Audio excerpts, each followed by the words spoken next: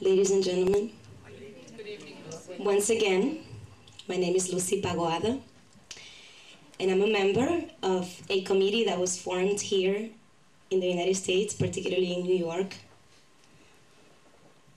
2 days after the military coup in Honduras, June 28th. I want to thank you very much for being here tonight. It's a Wednesday. Perhaps a lot of you have to go to work tomorrow, just like I do. I'm a teacher in the city of New York. I teach Spanish literature, and my perspective on teaching is highly on Latin American history. So thank you for the great effort of being here. I appreciate it. And I'm going to follow up on some of the points that my great friend here, Heather Cotton, which I am also very grateful to have met and to have become a friend of. And these are some of the wonderful things that the coup has done. Because in hearing Heather's speech, I realized, the real true tragedy of what has happened to us. But maybe in my rush to try to fix what has happened in Honduras, I haven't had time to really look at the negatives because I'm always looking for the positives. And there's a great deal of positives that is happening in Honduras. And one of the greatest things is the movement that Heather also addressed as La Resistencia, in which I am a member of, a proud member of. But before I talk about the positive things, I want to address something about the character who's well known by everybody, Roberto Micheletti. There's a couple of other aspects I think we need to hear about him before I move on. And people should know that Micheletti was a member of Congress for 30 years in Honduras, and that he was president of Congress for 5 years. And that last year, Roberto Micheletti ran in the internal elections, and he lost brutally. I don't even think his grandmother voted for him. That's how brutal he was. That was, I believe that was the first real gesture of disregard for this character. People really didn't like him then. Definitely they don't like him now. And he aspired to become the candidate for the Liberal Party in Honduras, the same party that he destroyed by partaking in the military coup. We feel that him becoming the puppet of the oligarchy has something to do with that, with the fact that he dreamed of becoming Honduran president. And he did, but in the worst way. At a point in his life, I believe, he's an older guy now, he decided to become president no matter what. And President Zelaya has always been a very popular president. He's the president of the people. And I believe, as a Honduran, and speaking to so many of my brothers and sisters, that this had a lot to do with that. The fact that the people of Honduras rejected him greatly by not voting for him, that created a lot of resentment in this guy. So when the opportunity came, he said yes to the opportunity, not realizing the big mess that he was getting into. The other thing that I want to clear out is the fact that in Honduras, we recognize we had 2 military coups. One is the media coup, and the other one is the military coup, political military coup that everybody knows about. But the media coup is this horrendous campaign that started in Honduras right after the coup on the 28th by the oligarchical media.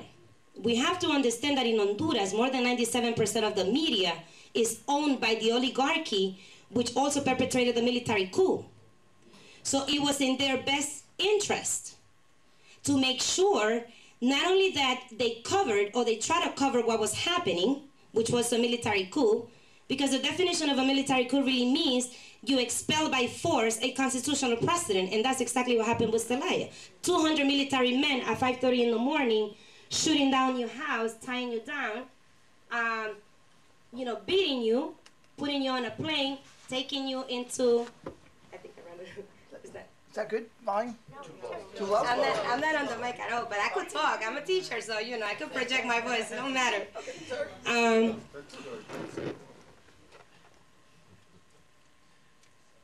200 military men arriving at the president's house at 5:30 in the morning, shooting down the house, tying him down, taking him into a military base, and then expelled to Costa Rica.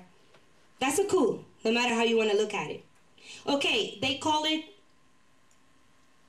democratic substitution? Democratic substitution? Something like that. They were trying to play with words.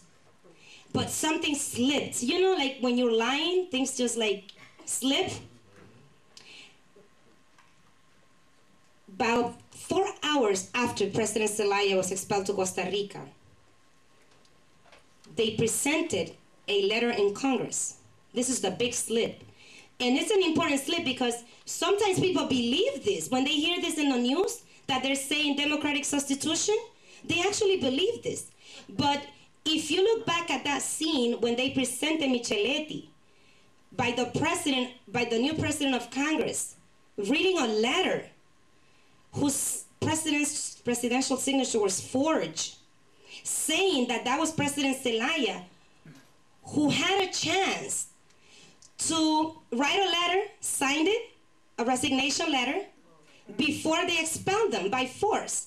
So this guy, I don't know, but I don't know if anybody will have time if somebody goes to your house and breaks through violently at 5:30 in the morning. I don't know who will have time to write a letter, sign it, and then have somebody else read it the next morning. This is exactly what they did. So that was the big slip. They're calling it a substitution, yet they're reading a letter that somewhere around 9 o'clock in the morning on June 28th, President Zelaya is denying from Costa Rica at the airport, saying that he never wrote that letter. So beginning from there, we should start to realize that this is the biggest fraud ever. And they're trying to sustain this huge lie through their media. In Honduras, there's a division of media. The golpista media and the media that is supporting the resistance, meaning the media of the people. This is the media that is telling the truth. But it's less than 2% of the media in Honduras.